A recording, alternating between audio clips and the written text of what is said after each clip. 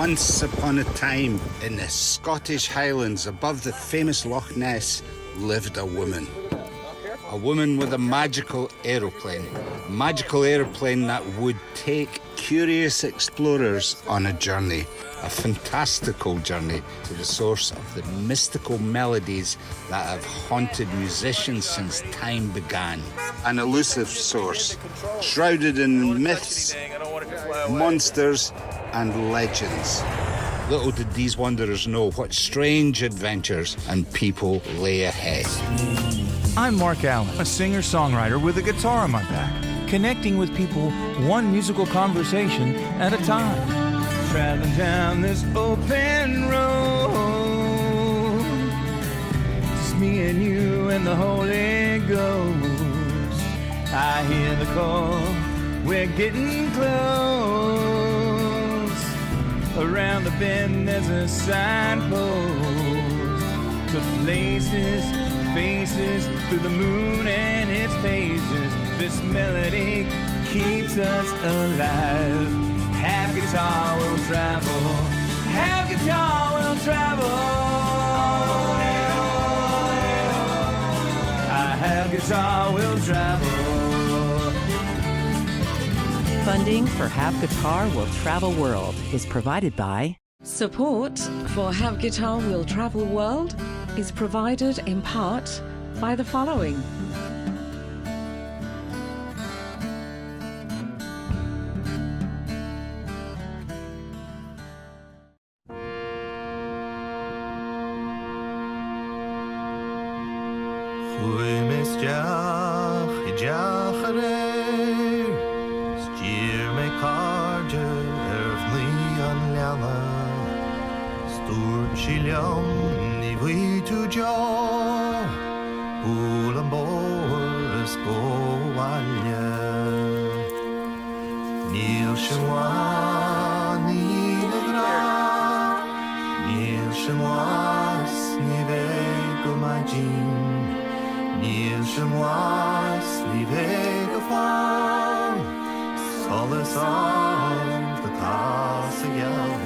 When life gets confusing and you don't know where you are, they say, keep your eye on the horizon.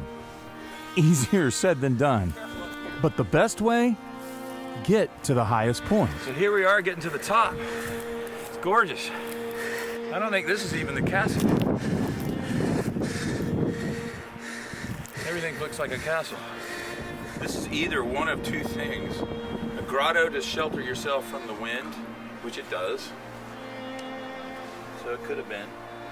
Or it could be a toilet. But I kind of doubt it. What do you think? Let's go on.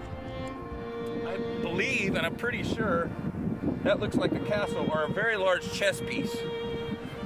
I think. And if my next experience was anything like the first, things were about to get even more surreal. It was starting to feel like I'd fallen down the rabbit hole, or maybe I'd fallen up. This show is 100% accurate, by the way. We've meticulously done our research.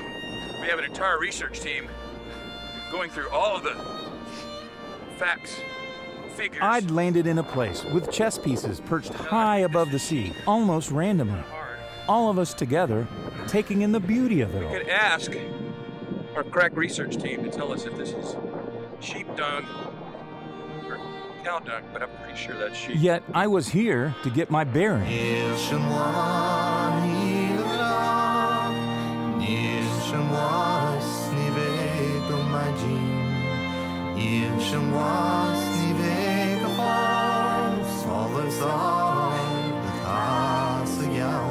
How you feeling?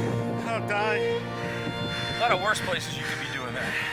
So you gotta come join me. In my case, following my compass has always meant Explore a little bit more up the hill. following the music.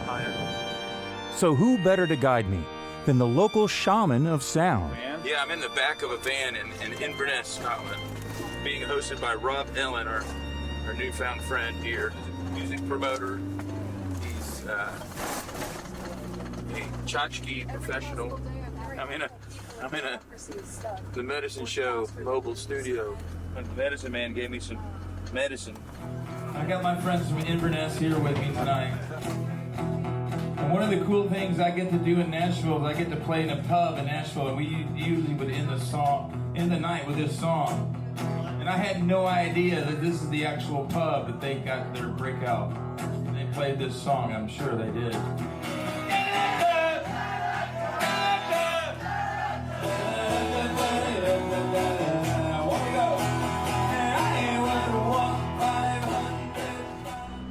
Enjoying Inverness yet? I'd say so. I'm still recuperating from enjoying last night. There was plenty of joy. If joy is the most magnetic force in the universe, then the musical conversation might just be the surest way to get there. My introduction to Inverness, thanks to Rob, brought me in touch with both musicians and kindred spirits, like his friend Andrea, with the magical plane in her front yard. Folks whose heart and souls reflect the independence and pride of Scotland. And the best way to learn their stories? Follow the music. So it was fitting that I found myself at Hootenanny on the Scottish national holiday, Burns Night, a day of national pride celebrating the rebel, activist, and national poet of Scotland, Rabbie Burns, who fought to keep the Scots language alive, despite it being shut down by the powers that be over 200 years ago. It's because of him we hear Scots spoken today. And I was about to meet another activist keeping the language alive, the musician Brian O'Hara. This is one of the famous music venues in Scotland, started in the early 2000s. It's really been the home of folk and Highland music for all that time, and it's won awards for the traditional music awards and things like that. So there's this stage, would more traditional sessions be done here? Yeah, you'll have everything from just simple fiddle and accordion, and then you might have people singing a song either in Gaelic and Scots or in English, and then you'll have more rocky kind of folk rock bands. And then you'll have pipers up here with the big bagpipes, the Highland pipes, and the audience just jumping, and then you'll but now and again they'll have rock and pop. Brian's passion and love for Scottish Gaelic and the Scots languages brought him to a place where he could help others learn and preserve them as well. So in Scotland we have two indigenous languages, Scottish Gaelic or Gaelic, and the Scots language. There's a Norwegian connection too, of course, because of the Vikings and how that influenced the cultures in both here in Scotland and Ireland. I mean, and so that's part of your heritage too, right? Absolutely, and in fact some of the songs we've written are about, one of them is about St. Brendan, who travelled from Ireland all the way up to Scotland, to Shetland, to the Faroes, Iceland, Greenland, and then landed apparently in Newfoundland or around that area. And that would have been around 700 and something. And then of course the Vikings then made it to Newfoundland. There's people coming from all over North Africa. The thing is that people were traveling, the easiest way to travel in the past was by boat. Therefore we were on the highway. And that highway becomes a musical melting pot of styles and influences from around the world, all coming together in a new and fresh way. So even in the traditional song from Ireland we call sean-nós, and in Scotland sean-nós means old style. Right. You'll hear the turn of phrase. So I could give you an example of traditional singing from sean-nós singing in Irish Gaelic, and it would be Ayes a Christ nach mór an fial me bengrolem nis gani am le fa. Wow. So you can see that kind of either Eastern or kind of can Arabic. hear that. Yeah, you can hear the Arabic in there. And some people sing in different way, but you can hear that. I want you to do more of that. You brought your guitar, right? I did bring my guitar. Which you had fixed in Memphis, apparently, at one point. I did have fixed in Memphis many years ago. So you were singing that in Memphis? Well, the thing is, when you sing like that, you don't sing with the guitar. You're right. Yeah. And when you have a guitar, all of a sudden it changes the way you sing. And I did notice that. I teach a Gaelic singing class every Thursday night online. People from all over the world joining in, obviously on mute, but singing along with me, thankfully. Not because they're terrible, but just that's the one thing when you're teaching a class, you have to have everyone on mute. And it's about the celebration of Rabbie Burns, the National Bard of Scotland, and the celebration of his works and his love of the Scots language. And this is one of the songs. It's called My Love is Like a Red, Red Rose. That's one of his most well-known songs. So fare thee weel, my bonny lass, fare thee weel a while, and I will come again, my dear, though it were 10,000 miles. In Scotland, it's called the carrying stream. It's the stream of tradition, the stream of consciousness, I suppose, and it was Hamish Henderson, the great folklorist, who used that expression as well. And it's something which we just dip into. It's coming from the past, going to the future. We are here at this one point. Right. We drink from the stream. We contribute to it as well, but it'll be there. It'll keep flowing after we're long gone as well. Finding the headwaters of this stream takes you to some unexpected places. I had some vague idea that the origin of American roots music included the history of Scotland. But as I'm learning about that history, so much more starts to fall into place. One of the most significant events in Scotland was the Battle of Culloden. It was a 45-minute pitched bloodbath of a battle in April of 1746 that determined not only the history of Scotland, but America as well. Its repercussions are still vibrating to this day. As Rob and I arrived at the site of the battle, I was about to learn just how much. It wasn't chosen for the battleground, and this obviously wasn't chosen for the battleground. It was the wrong place for a Highland charge. They hesitated as far as the charge was concerned, because that was the only weapon that they really had. And they were decimated by artillery fire, wiped out by musket fire and grape shot from the artillery. Then they fell, and then the cavalry routed them from behind. It only lasted 40 minutes. I want to catch a couple of quick things while we're sitting here. Yeah. Is the way this battlefield that we're parked at, the entrance to the memorial and the site itself, how this shaped the culture going forward, and it swept across into America. Yeah. And it includes the music, and people in America celebrate the Highland Games and the Scottish heritage. And I'd swear, if you were to look at the phone book in Nashville, you'll find more Macs, Mackenzies, McGilverys, all the Jacobite clans in the phone book than you'll find in the Inverness. And the other important fact to remember, and we had the Highland clearances, we had hundreds of thousands of people that were affected by that. So there was a mass exodus out of the Highlands. Our culture was banned here, so it only flourished in the Appalachians and particularly in Canada.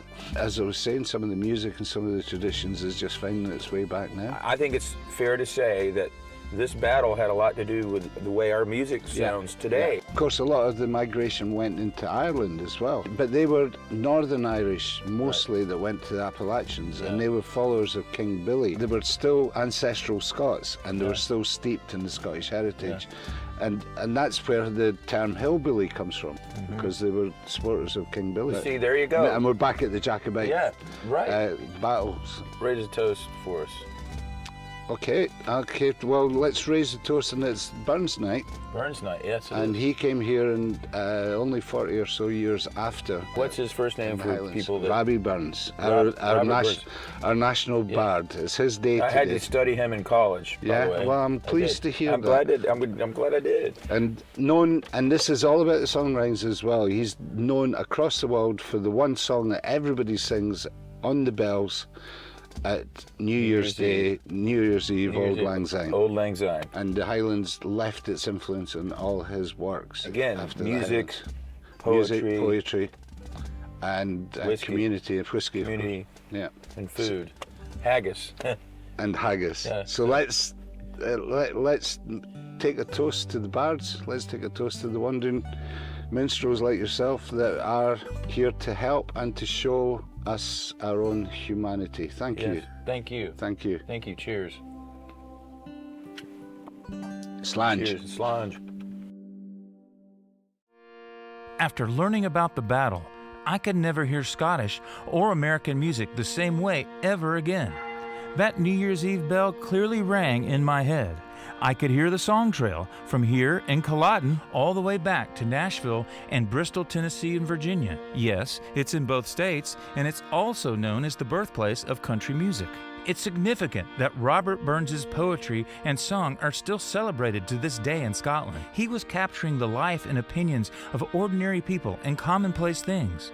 So cue up the music of Hank Williams, Johnny Cash, Loretta Lynn, and even Bruce Springsteen. They're all singing about the same thing, life in its rawest emotional state. And their songs reverberate back here from across the ocean a couple of centuries later. So the chance to celebrate Burns Night in Inverness was becoming even more important to me. I was lucky enough to meet up with another Burns, a self-proclaimed descendant of Robbie's, the singer-songwriter Rabbie Burns. I don't think Rabbie would be upset because, he's probably my great uncle. And also, he wrote this in 1757 or something, so it's out of copyright. Doogie's love of music is seen in everything he does. I had run an open mic night before, and it was a bit of a disaster because in the open mics, Jimmy's going to sing a song and Jimmy's lying pissed in the corner. Well, I said to them, I'll only do it if it's not open mic, because I've seen lots of singer-songwriters in the area. A small cafe, but there were 40 to 50 people there. Sure. Standing room only, and it was really successful. His passion is especially apparent in his dedication to what I consider the heart and soul of music, inclusivity. Yeah, I've met lots of people through music, lots of people through live music, lots of people through the internet music, and I hate having no music. If the car stereo's broken, I can't go anywhere. And so he invited me out to Arteseer International Folk Club, just outside of Inverness, for a celebration of Burns Night. It's an honor to be here with you guys. We just want you to know that. So. It's nice having you. Yeah, well, I'm glad to be here. I'll see you back in there. Okay. And what I found was a room full of people keeping stories and conversations about stories alive. There's no membership, and everyone is welcome to join in, sing a song, or simply just listen. Anyway, welcome everybody. Welcome to everybody who's not been here before. Welcome to all the visitors. The Arteseer Folk Club might be considered a modern-day roundtable, a meeting of equals, whether young or old, new or not so new. All musicians coming together as lovers of story and song.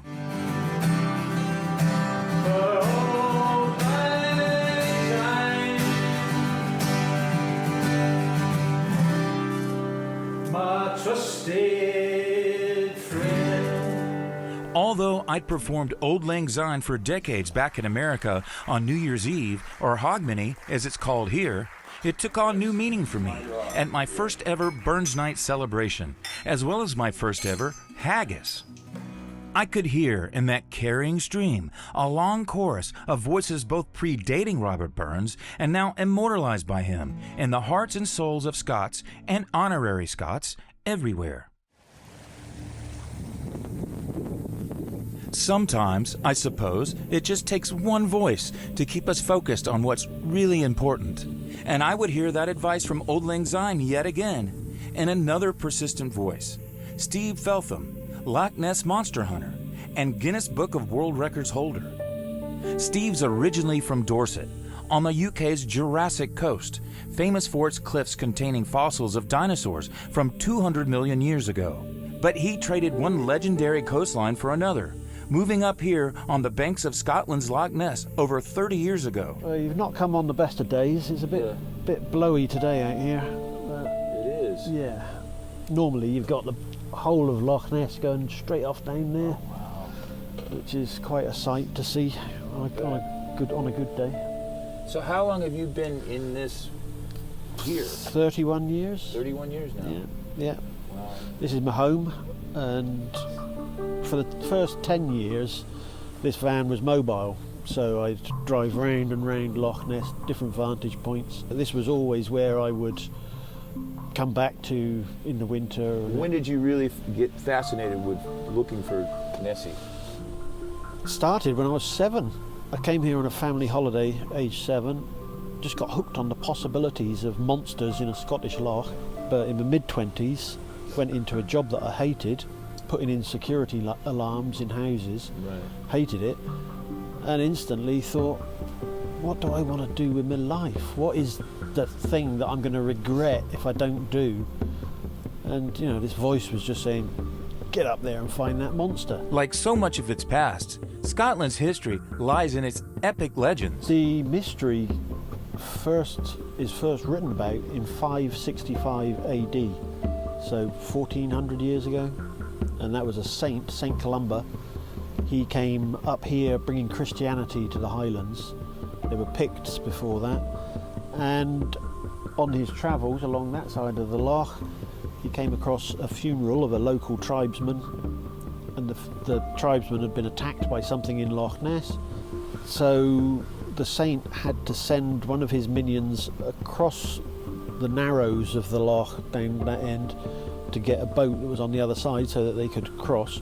And as one of his crew were swimming across, this monster rose up in the water and came steaming towards this person swimming, and the saint apparently made the sign of the cross and said, "Don't you touch him, you stay away, back where you came from." And this was all written down by the person that was keeping a diary of all the saints' great deeds. That's the first written account of it, 565. Where was the iconic photograph taken that you see, the one that was in black and white? Is that neck sticking up? Yeah. Nobody is really sure. There's a debate. He was probably on that side of the loch, because the photograph is the far horizon is just a black line. You can't identify where it is, and he never said exactly where he was. So, but it was a fake anyway. So, have you developed a way of looking for? Have you ever seen it? You think? Well, the methods I've developed have all been unsuccessful so far. Yeah. Well, apart from once, I saw something at the other end, which I wouldn't be able to say it was definitely an unidentified animal, but it was a spray of water off the back of something shooting through the bay like a torpedo. Really? Yeah, which there isn't a mundane explanation for that at Loch Ness. Yeah. So, but that was in the first year, and that really did make me think, God, it's going to be easy to solve this mystery. Right. And I know that feeling. Yeah, turns out it's not as easy as I thought. What is your best guess of what it would be? Like, I would guess I'm inclined to, I'd love to, as a child, I wanted to find long-necked dinosaurs, like everybody. Sure. Unfortunately, I don't think that's the answer. Oh, damn. Well, you're disappointed, I'm disappointed, but, it's not up to either of us what Nessie is. Nessie's whatever it is. Sure. And I'm inclined to think some kind of big fish. So music. So tell me about your you've got to listen to music of some type. I mean, do you have is it classical? Is it traditional? Is it like pop? I mean, dance music I'm very into. Yeah. Yeah. Some good old psytrance. I do like some psytrance. So as we discussed music, I learned about the various ways people have tried baiting Nessie. Some even with elaborate floating drums, recordings of the organ at Notre Dame in Paris, and even the music of Mozart, Handel, J.S. Bach, and Ludwig van Beethoven. There was a French guy that turned up here in the mid-1990s. He was a bit of a cult leader, sort of a heavy metal character, long hair, leather trousers, bare-chested, and he hired a boat, and he draped this boat in black bin bags all over it, and then he put on the roof of it, he put 2 massive kettle drums, and then he spent a week anchored just out here in front of me here, and he spent all day long on the top, bare-chested, with these 2 big sticks going bang, bong, bang, bong, bong, bong, bong, bang, and so, did you finally chase him off? I mean, I thought, well, that's the best bait I've seen at the moment. I'll watch him for the week if he's willing to do that. But the music that really speaks to him, besides psychedelic trance, is music that, like Auld Lang Syne, carries a life message. There's one tune, it's quite an obscure tune by a guy called Asad Avidad, and it's called One Day Reckoning, and the whole repetitive tune that is in that, the woman is singing, "One day we will all be old, think of all the stories that we could have told." And that hits home to me. If I hadn't set off on this adventure, think of all the stories I couldn't tell because these adventures wouldn't have happened. And that song really touches me. And Steve's message echoes that of Rabbie Burns, calling us to celebrate life, to wander many a weary foot since Auld Lang Syne. I mean, the universal thing about what I do for anybody to hear and understand is not, is there or is there not a monster in a Scottish loch? If you're interested in that, there's a lot of evidence for and against. The message that I represent is that it doesn't matter what your dream is, doesn't matter what it is that you passionately think, oh, I wish I could do this or that. You could want to be a musician, you could want to be a painter, you could want to climb mountains or swim the seas. Just do it. Music has always been my beacon, and that passion is what certainly drew me here. Every culture has a voice, and music lets us hear it. Now my guitar and I set out in search of the next bright light on the horizon, letting the musical conversation be our guide.